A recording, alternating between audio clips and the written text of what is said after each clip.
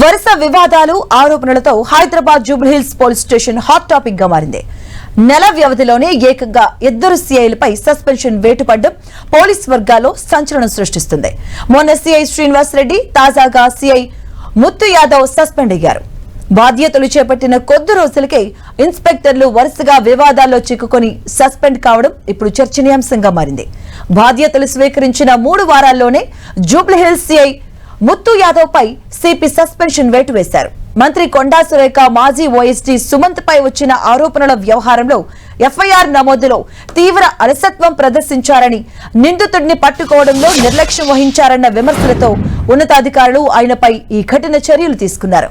ఇక కొన్ని రోజుల క్రితమే మాజీ సీఐ శ్రీనివాస్ రెడ్డిపై కూడా తీవ్ర స్థాయిలో చర్యలు తీసుకున్నారు.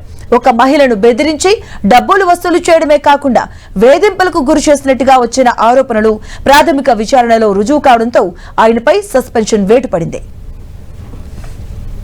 జూబ్లీహిల్స్ పోలీస్ స్టేషన్ లో స్వల్ప వ్యవధిలోనే ఇద్దరు సీఐలు వరుసగా వేటుకు గురి కావడంతో ఉన్నతాధికారులు ఈ పోలీస్ స్టేషన్ పనితీరుపై ప్రత్యేక దృష్టి సారించారు. 3 వారాల క్రితమే రాజేంద్రనగర్ పోలీస్ స్టేషన్ నుంచి జూబ్లీహిల్స్ పోలీస్ స్టేషన్ కు బదిలీపై వచ్చారు ముత్తు యాదవ్. ఇటీవలే మేడ్పల్లి పోలీస్ స్టేషన్ పరిధిలో మంత్రి కొండా సురేఖ, మాజీ ఓఎస్డీ సుమంత్ పై హత్యాయత్నం కేసు నమోదైంది. అక్కడ పోలీసులు 0 ఎఫ్ఐఆర్ కేసు బదిలీ చేశారు.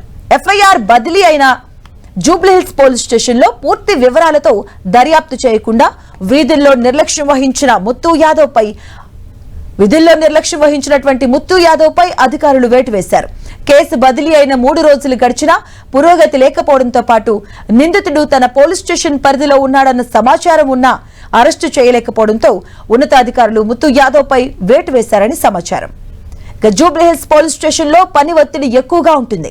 వీఐపీలు ఎక్కువగా ఉండే ప్రాంతం కావడంతో ముఖ్యమంత్రి నివాసం ఈ పోలీస్ స్టేషన్ పరిధిలోనే ఉండడంతో ఇక్కడ పని చేస్తే తక్కువ సమయంలోనే ఆదరణ పెరుగుతుందని, తమ ఎదుగుదలకు అవకాశం ఎక్కువగా ఉంటుందని ఈ స్టేషన్ పరిధిలో పనిచేసేందుకు అధికారులు మొగ్గు చూపుతారు.